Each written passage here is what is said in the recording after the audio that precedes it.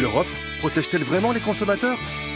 On ne s'en rend pas toujours compte, mais quand on achète quelque chose, l'Europe n'est jamais très loin. Plutôt discrète, elle est pourtant bien présente dans les normes de fabrication, sur les étiquettes, dans les contrats de vente et même chez vous, le consommateur.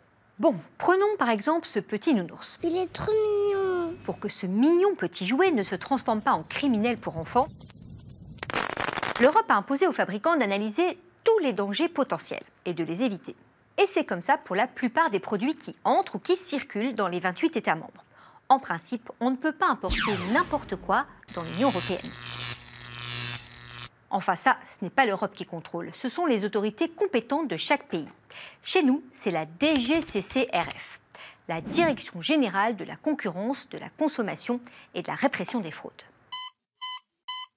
Et si un produit dangereux est détecté, il peut être rapidement retiré des magasins dans les 28 pays européens, grâce à un système d'alerte commun, RAPEX.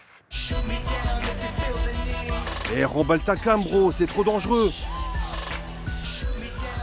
Dans les magasins, l'Europe se cache aussi derrière les étiquettes. Si vous regardez bien, elles affichent toutes à peu près les mêmes informations.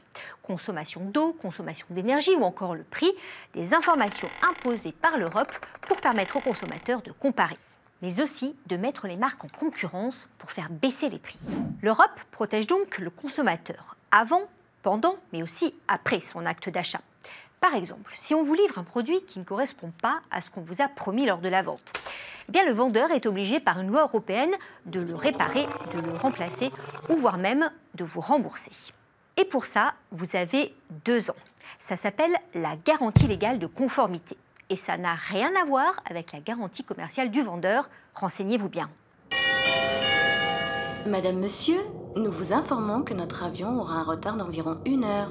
Dans les transports, ça va même beaucoup plus loin. Les compagnies aériennes ou ferroviaires sont obligées de vous indemniser si votre avion est en retard ou supprimé. Jusqu'à 50% pour un billet de train et jusqu'à 600 € même pour les avions. Wow. Quand on achète en Europe, sur Internet, on a même le droit de changer d'avis. On peut renvoyer la marchandise, même sans défaut, même sans raison, jusqu'à 14 jours après la livraison. C'est pas du tout magnifique, ma chérie. Renvoie-moi ça. Ok, mais en réalité, ce n'est pas toujours facile de faire respecter ses droits. Et oui, c'est pourquoi l'Europe a créé des centres européens des consommateurs, un par pays, avec des équipes de juristes bien entraînés pour aider les consommateurs à naviguer entre les 800 textes de loi qui régissent la consommation en Europe.